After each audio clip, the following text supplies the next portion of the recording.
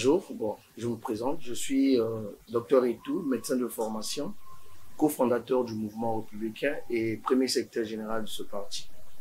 Je fais cette entrevue par rapport au discours que le secrétaire général actuel du parti a fait sur Ziana TV, sur l'émission qu'il est passée, je crois, la semaine passée.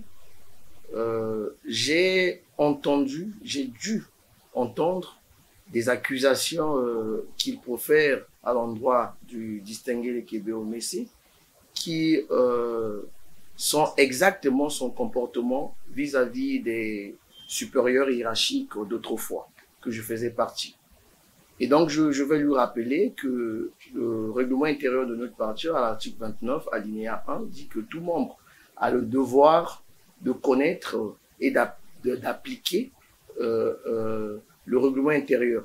Quand moi j'étais aux affaires, j'étais secrétaire général, lui il était secrétaire général adjoint. Il a brillé par un comportement d'insubordination et de non-respect à la hiérarchie. Il ne faisait pas des comptes rendus, il ne faisait rien. C'est exactement la même chose qu'il reproche au distingué Lekebe Messi. Donc, je viens pour essayer de lui recadrer, parce qu'il ne faudra pas qu'il se place en donneur de leçons. Il faudra quand même qu'il commence par respecter les textes du parti pour essayer de donner des leçons aux autres. En fait, il dit ce que lui ne fait pas. Je suis obligé de vous dire ce soir que je n'ai aucun problème avec le président Destin Gavé. Surtout, je le considère vraiment comme quelqu'un qui m'a mis sur la voie de la politique. On a des bonnes relations, mais pour des raisons de désinfection du milieu politique juvénile, je suis obligé de me placer du côté de l'honnêteté et de la vérité.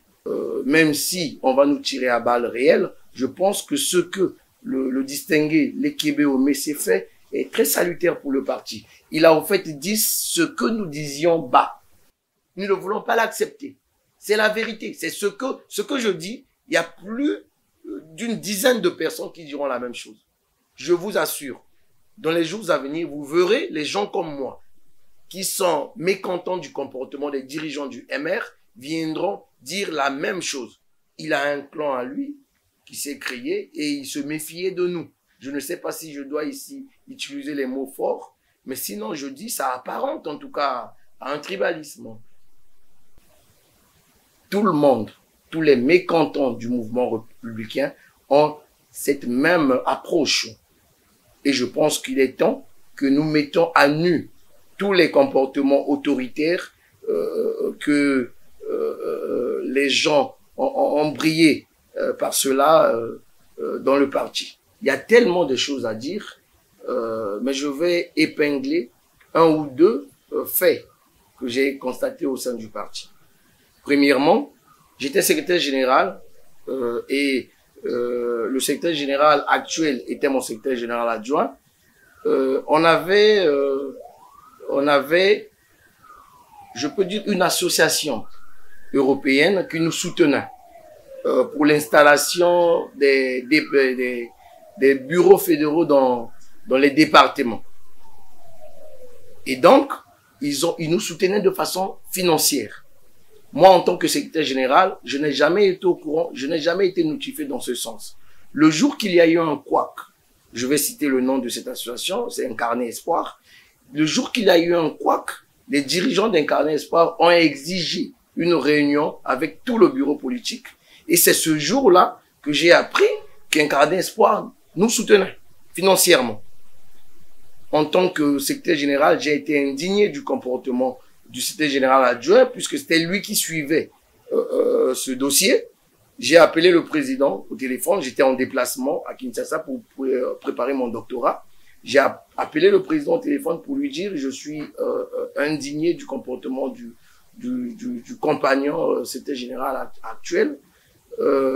En tout cas, ce qu'il a fait, c'est une insubordination, c'est le non-respect ce n'est pas moi qui ai demandé qu'on me mette secrétaire général.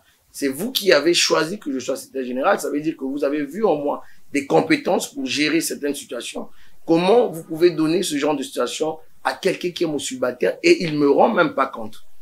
Il me dit non, calme-toi, je vais lui parler, attends, je l'appelle, je vais te rappeler. Il a appelé, appel WhatsApp, et puis il m'a rappelé. Moi, j'ai décroché l'appel. Il ne savait pas que j'avais décroché. Ils étaient en train de discuter. C'est là où j'ai entendu ce mot qui m'a fait très mal. Il disait au compagnon secrétaire général actuel que celui qui gère l'administration du parti actuel, c'est pour des raisons de prestige.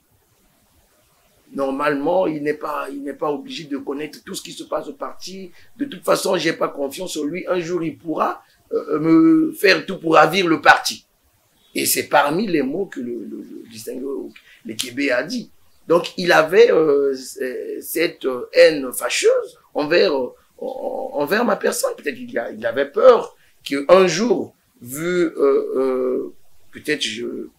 ce que je suis, peut-être un jour je pourrais renverser les tendances dans le parti. Et ça m'a fait très mal. J'ai fait sourd d'oreille. Je n'ai rien demandé, on a discuté. Le secrétaire général adjoint de l'époque a demandé des excuses. Et on a laissé passer ça. Et je me suis un peu écarté du parti. Ça fait 2 ans et demi ou 3 ans. J'avoue que je n'ai pas eu l'idée et le courage qu'a eu le distingué Lekebe Omese. Je peux dire que j'ai agi de façon pacifique, mais tout le monde n'a pas le même cœur. Moi, j'ai peut-être eu un cœur de supporter, lui aussi a un cœur. Peut-être que c'était la goutte d'eau qui avait débordé la vase. Vous comprenez? Donc, moi, je ne pourrais pas dire qu'il y a quelqu'un derrière le distingué Lekebe Omese. Je n'ai pas de preuve. Je suis mal placé pour le dire. C'est lui peut-être qui pourra le dire. Mais ce que je suis en train de dire, c'est qu'il s'est senti lésé. Et il a cherché à couvrir ses arrières en disant tout haut ce que se dit bas. Et c'est peut-être ce qui m'a manqué dans les années passées quand je prenais un peu de distance pour le parti. Ça va faire combien d'années que vous avez pris ces distances? Ça va faire pratiquement 3 ans. C'est depuis 2022 que je me suis un peu écarté du parti. Ça va faire 3 ans. Disposition du règlement intérieur du parti, on a une instance qu'on appelle la CNED. Cette instance est chargée de contrôler les finances du parti. Est-ce que vous savez que nos cotisations statutaires, on le donnait directement au président du parti? Est-ce que vous le savez? Vous ne le savez pas. Et moi, quand j'étais parti préparer mon doctorat, derrière, j'avais laissé la responsabilité à ma femme, après certains recouvrements, de donner ma cotisation statutaire. C'était un dépôt. À l'époque, il était à Pointe-Noire, un dépôt par son numéro. Donc, c'est pour dire qu'on n'avait même pas un comptable, même pas, je sais pas, quelqu'un qui pouvait gérer les sous du parti. C'était à lui. Et ma femme me demandait, mais finalement, est-ce que vous prenez soin de votre président ou bien c'est vraiment l'argent que vous mettez pour le parti?